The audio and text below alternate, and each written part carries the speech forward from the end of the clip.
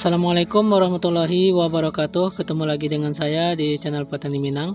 Mudah-mudahan penonton sekalian dalam keadaan sehat selalu dan murah rezekinya, amin.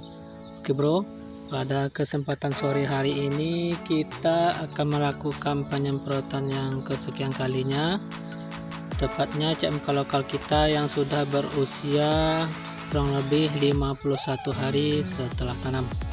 Jadi seperti biasa, sebelum kita melakukan penyemprotan, kita lihat dulu perkembangan CMK lokal kita yang sudah berusia kurang lebih 51 hari setelah tanam. Jadi seperti ini bro, buahnya sudah mulai besar-besar nih.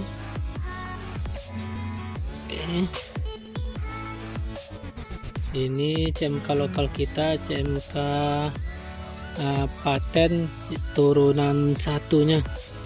Maksudnya ada tetangga kita yang beli CMK paten kemasan.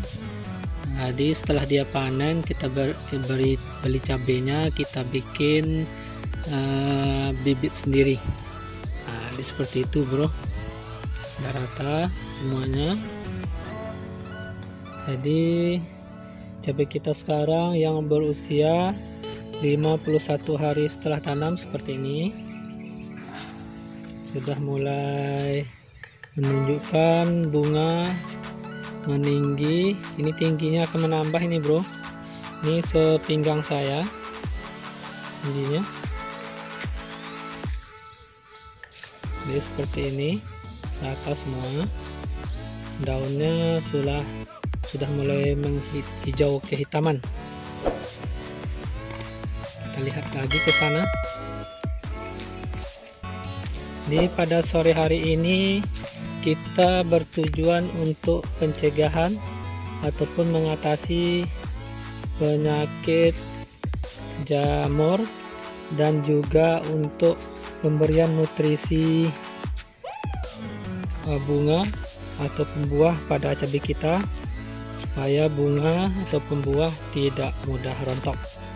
Di fungisida yang kita gunakan sekarang ini rollingan Ditan atau bahan aktif mengkonsep kemarin yang sifatnya kontak. Sekarang kita gunakan sistemik yang memiliki dua fungsi, yaitu bisa mengendalikan penyakit yang disebabkan oleh jamur dan juga yang disebabkan oleh bakteri. Jadi bahan aktif ini tunggal tapi bisa dua kerja ganda. Jadi mari kita lihat saja bro pestisidanya.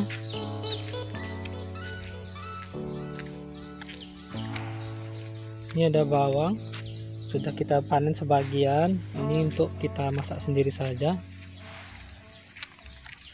Nah, jadi ini pestisida yang kita gunakan, ini dia bro. Yang pertama yaitu Dangke.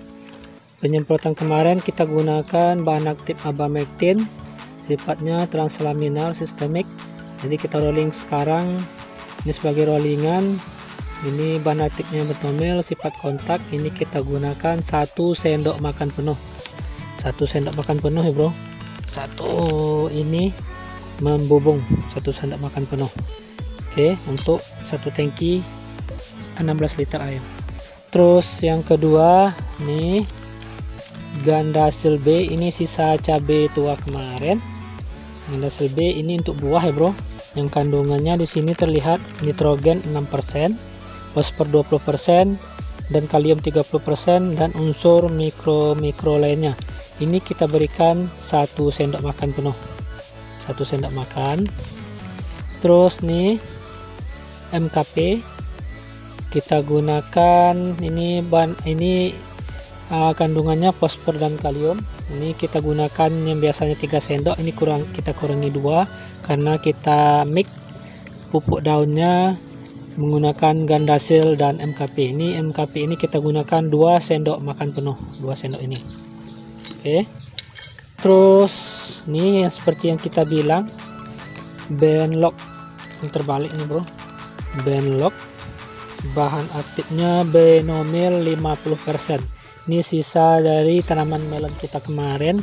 Ini sangat bagus sekali untuk mengatasi ataupun pencegahan penyakit yang disebabkan oleh jamur dan juga yang disebabkan oleh bakteri, yang mana pada tanaman melon kemarin ataupun cabai, busuk pangkal batang yang tanaman melon disebabkan oleh bakteri, pecah batangnya, busuk, kita kocorkan ini sembuh.